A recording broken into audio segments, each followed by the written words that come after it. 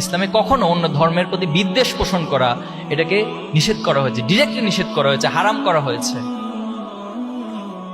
আপনারা এই গল্পটাও জানেন যে আল্লাহ রাসূলুল্লাহ সাল্লাল্লাহু আলাইহি ওয়াসাল্লাম সম্পর্কে একবার বলা হয়েছিল যে তিনি মক্কা বিজয়ের পর যাকে যেখানে পাচ্ছেন হত্যা করতেছেন।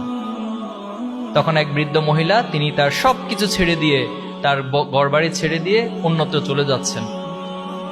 তো মাঝখানে আল্লাহ রাসূলুল্লাহ সাল্লাল্লাহু আলাইহি ওয়াসাল্লামের সাথে দেখা হলো। তাকে জিজ্ঞেস করা হলো যে আপনি কোথায় যাচ্ছেন? বলা হলো যে মুহাম্মদ আজকে মক্কা বিজয় করেছে, এজন্য সে যাকে যেখানে পাচ্ছে সেখানে হত্যা করছে, এজন্য আমি পালিয়ে চলে যাচ্ছি।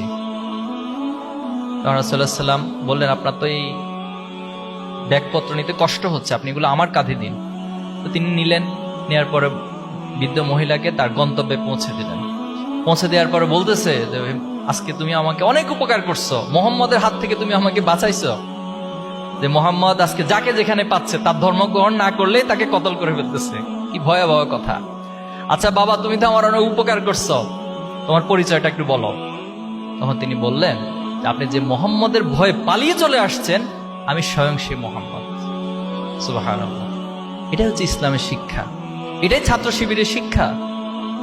আমরা আল্লাহ রাসূলুল্লাহ সাল্লাল্লাহু আলাইহি ওয়াসাল্লামের এই শিক্ষাগুলোকেই সমাজে বাস্তবায়ন করতে চাই। এক পক্ষ আমাদেরকে সারাদিন গালি দিবে, তারাই গালি দিতে দিতে তারা একটা সময় নিস্তেজ হয়ে যাবে।